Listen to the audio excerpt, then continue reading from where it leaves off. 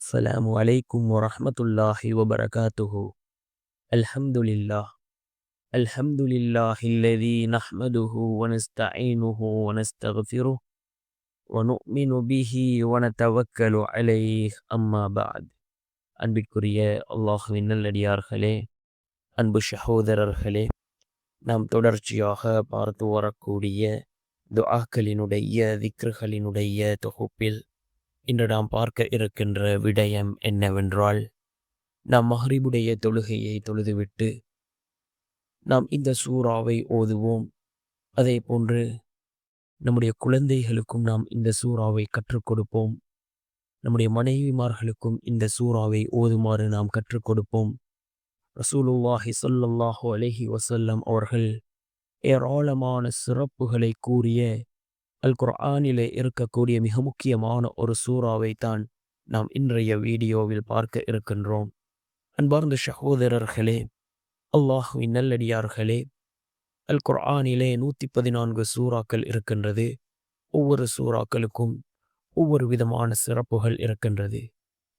இந்த சிறப்புகளை அறிந்து நாம் தொடர்ச்சியாக இந்த சூறாக்களை ஓதி வரக்கூடிய சந்தர்ப்பத்தில் நிச்சயமாக அல்லாஹ் ஜல்ல சுப்ஹானஹு வ தஆலா நம்முடைய வாழ்க்கையில் எல்லா விடயங்களையும் அல்லாஹ் சீர்படுத்தி தருகின்றான்.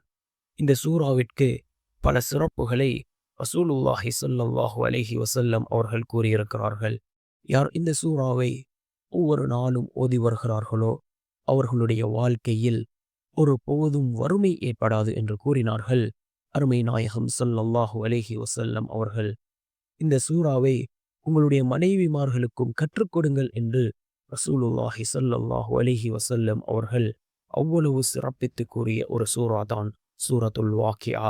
இந்த சூரத்துல் வாக்கியாவை நாம் ஒவ்வொரு நாளும் ஓதுவோம்.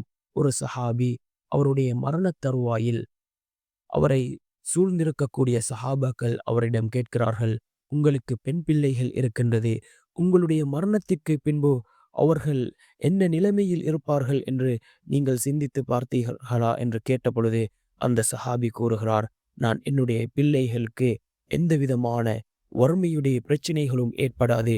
ஏனென்றால் ரசூலுல்லாஹி ஸல்லல்லாஹு அலைஹி வஸல்லம் அவர்கள் எனக்கு சூரத்துல் வாக்கியாவை கற்றுத்தந்திருக்கிறார்கள்.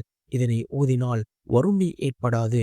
இந்த சூறாவை நான் என்னுடைய பெண் பிள்ளைகளுக்கு கற்றுக் கொடுத்திருக்கிறேன். அவர்கள் இதனை ஓதி வருகிறார்கள். அவர்களுக்கு ஒரு போதும் வறுமையுடைய நிலை ஏற்படாது என்று அந்த சஹாபி அங்கே இருந்த சஹாபாக்களுக்கு கூறினார்கள். அந்த அளவுக்கு சிறந்த ஒரு சூறா.